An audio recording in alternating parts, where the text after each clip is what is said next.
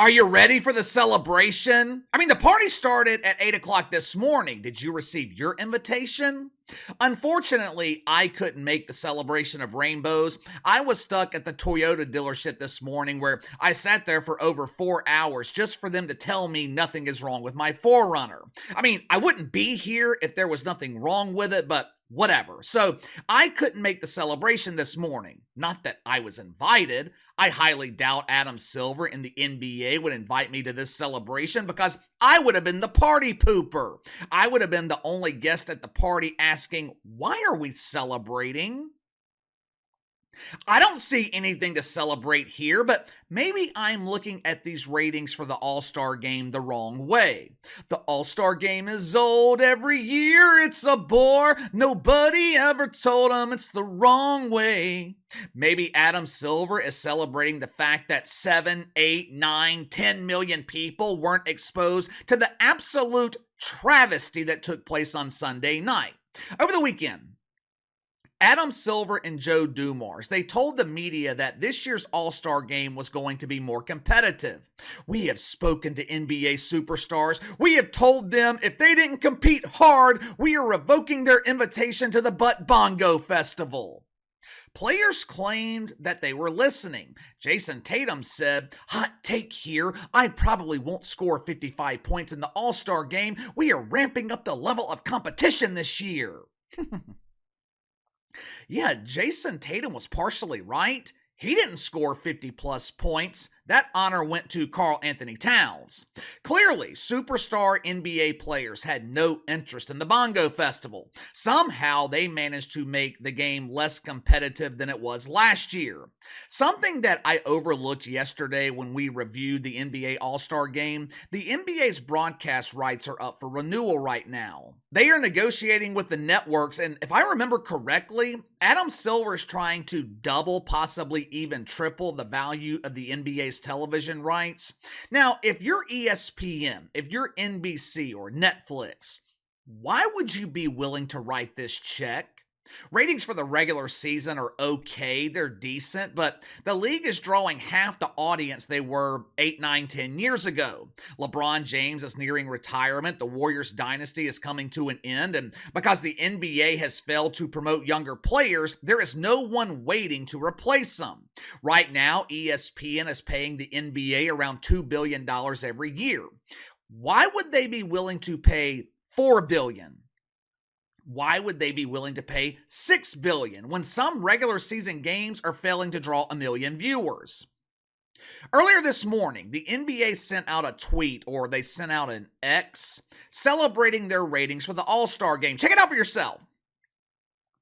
See if you notice anything strange about this. Doesn't this look eerily similar to tweets that we see from the WNBA about their ratings? All-Star Game watched by 11 million people. Woohoo! Yes, yes, yes. Not exactly. Look.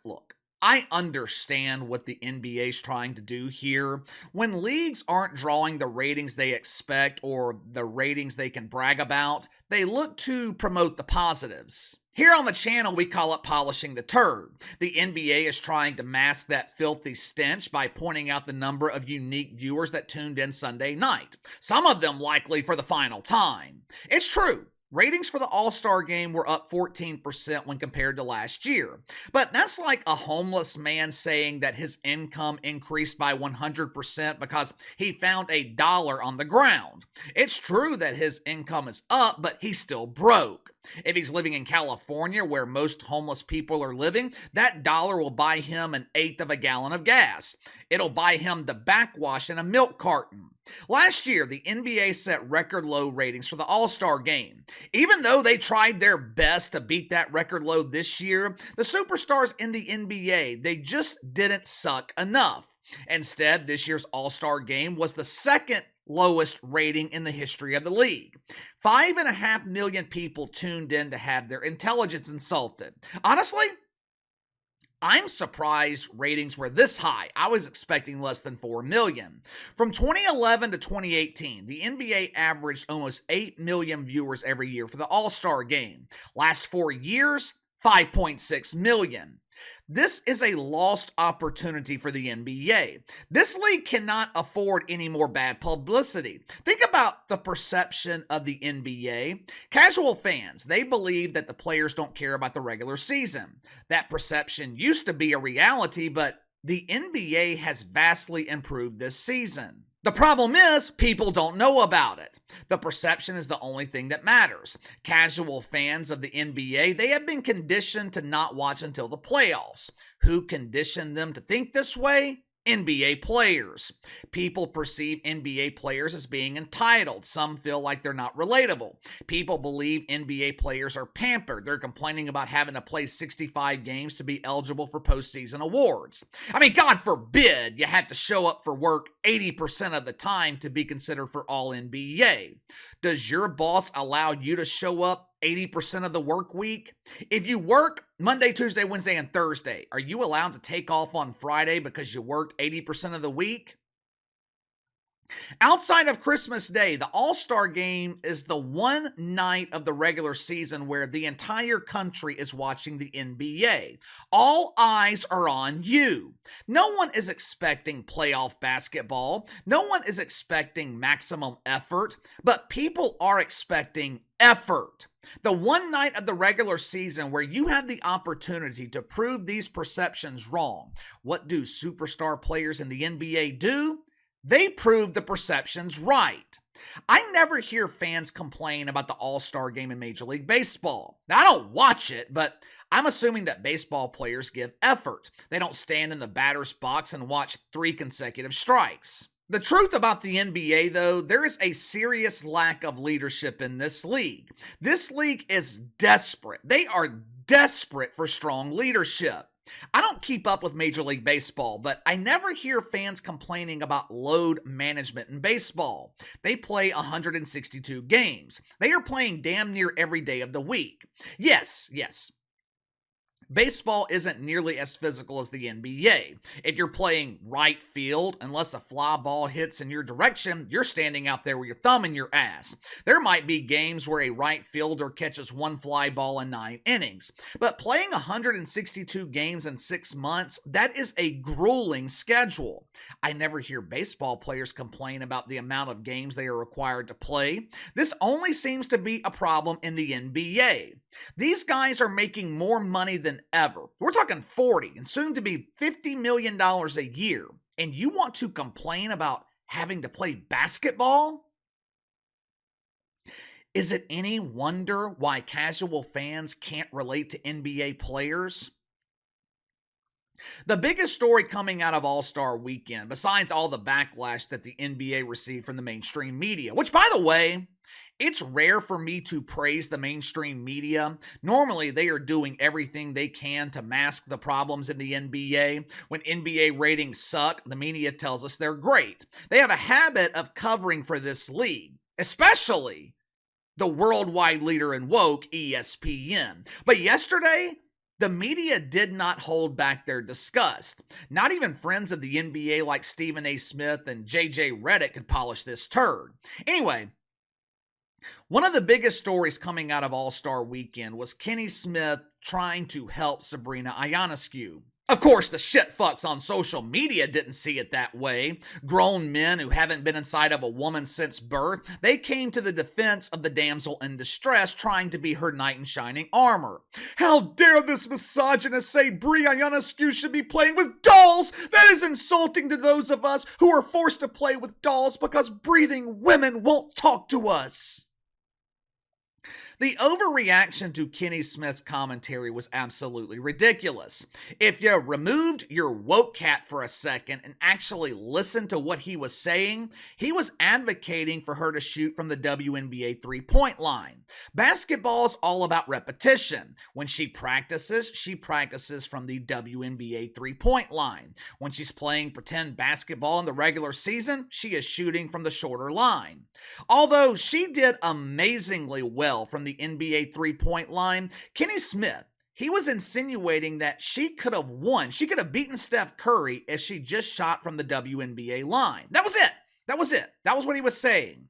Due to the amount of outrage that he received on social media, I was expecting Kenny Smith to apologize. Now, of course, I wasn't expecting the apology to be sincere. I was expecting something like, I apologize if my words hurt your feelings. I deeply regret telling you the truth.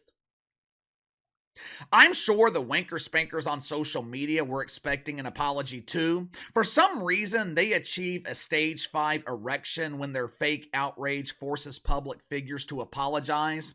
Last night, though, Kenny Smith, he was the guest on Stephen A. Smith's podcast, The Smith Brothers, together on YouTube. Unfortunately, for those lonely men looking for an apology, Kenny Smith was in no mood to apologize. Matter of fact, he doubled down on what he said Saturday night. Watch for yourself. Yeah, I think it's much ado about nothing, Stephen, honestly. Most people who know basketball understood what I was talking about. Actually, I was advocating for her more than anything else because basketball is muscle memory. Right. So he practices from one range, she practices from the other. Why is he getting the advantage to shoot at his line? That's an advantage. It's not gender, it's not genetic. It's an advantage. It's a shooting is only muscle memory. People who don't, actually play the sport don't understand it's all muscle memory. But see, most people just don't check the tape. They want to just check the bait. First of all, what the hell was Kenny Smith wearing? He looks like he just came out of a fucking igloo. Ain't that cold in Atlanta, dude? I already had respect for Kenny Smith. I think the crew on TNT is the best in the business. But with his refusal to apologize, I have even more respect now for Kenny Smith. There's no reason to apologize when you have done nothing wrong. Who cares if lonely men on social media get offended? Who cares if feminists get offended?